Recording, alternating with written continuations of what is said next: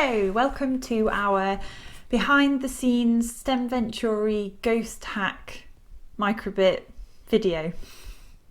I wanted to show you how we put together our socially distanced ghost hunt activity this year. And we were using the microbits. We used two microbits, one inside a pumpkin and the other inside our ghost detector kit, which I'll show you the workings of in a moment. We're making the most of the radio functionality on the microbits for this activity.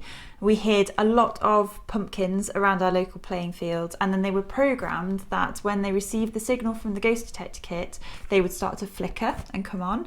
And in turn, when the ghost detector kit received a signal from the pumpkin, the torchlight would start to flicker eerily, and the kids would hear some creepy music through some headphones that we'd also plugged into the ghost detector kit. So let's show you what is inside. So inside the pumpkin we have the normal LED strip and battery pack and switch that came in the pumpkin anyway. And then what I've done is I have broken that circuit slightly, added a few crocodile clips so that I could connect, oh sorry that's upside down, so I can connect the microbit.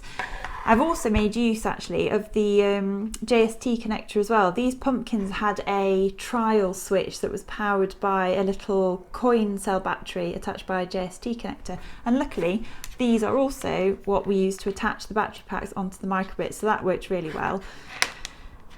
So doctored that circuit so I could connect the microbit, and then I've left the USB to micro USB cable on there, sticking out the bottom of the pumpkin so that I could make any last minute changes if required. The pumpkins are quite fiddly, they have 4 tiny screws on the bottom, and I didn't want to be undoing 4 times 20 sets of screws on the night.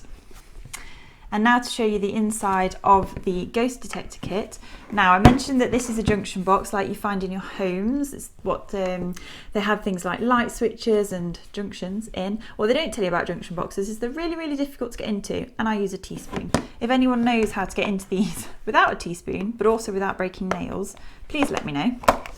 So if I open this up, it is quite crowded in here, and it's also actually missing the battery pack, but I've got the microbit in here connected, let's just take all these off so you can see, connected to a lot of crocodile clips. These are really good little things.